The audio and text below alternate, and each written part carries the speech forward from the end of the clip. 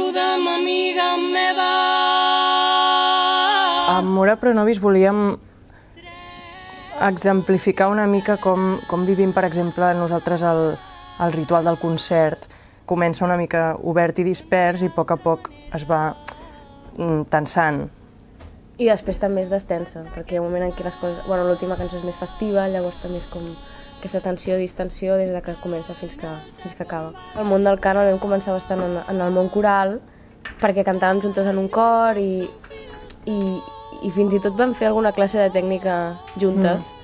I realment era tècnica lírica, però perquè puguis sobreviure una mica en el món coral, perquè si cantes molt i cantes malament, és com que t'acabes fent mal una mica. Partim de la diferència de timbres de les nostres dues veus per fer els arranjaments que fem, que sense aquesta diferència crec que no tindria cap gràcia. I una mica tot el disc també està basat en els contrastos. Jo crec que partim molt sempre de buscar un contrast i a veure què passa. Grècia crec que sempre serà una Arcàdia, per tant no crec que deixem de recórrer-hi, però a part sí que ens agrada una mica explorar...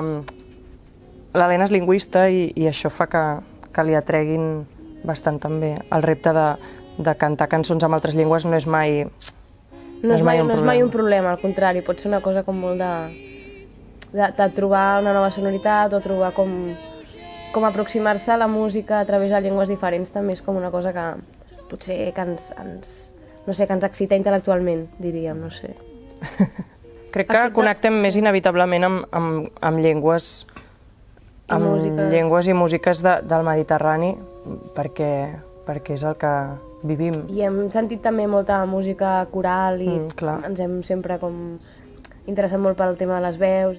Quan vam anar a Tau va ser com la primera vegada que vam sortir sentíem que sortíem i jo crec que la gent se les mirava de la mateixa manera que ens miren una mica aquí, com, ui, a veure quina peça ara ens posaran a davant i com ens l'agafem.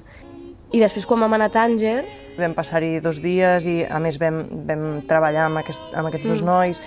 Crec que allà es va posar una llavor d'alguna cosa que seguirà una mica. Tenir un premi de millor disc de folk de l'Enderrock és més del que pensàvem que podia passar. Sí, una sorpresa com... Sí, com que juguem una mica a, evidentment, fer repertori que és considerat del folk, però després tractar la producció d'una manera que potser no és tant d'aquest món. Ens va agradar com que de sobte fos el millor disc de folk, com folk, fas això, bueno, interessant.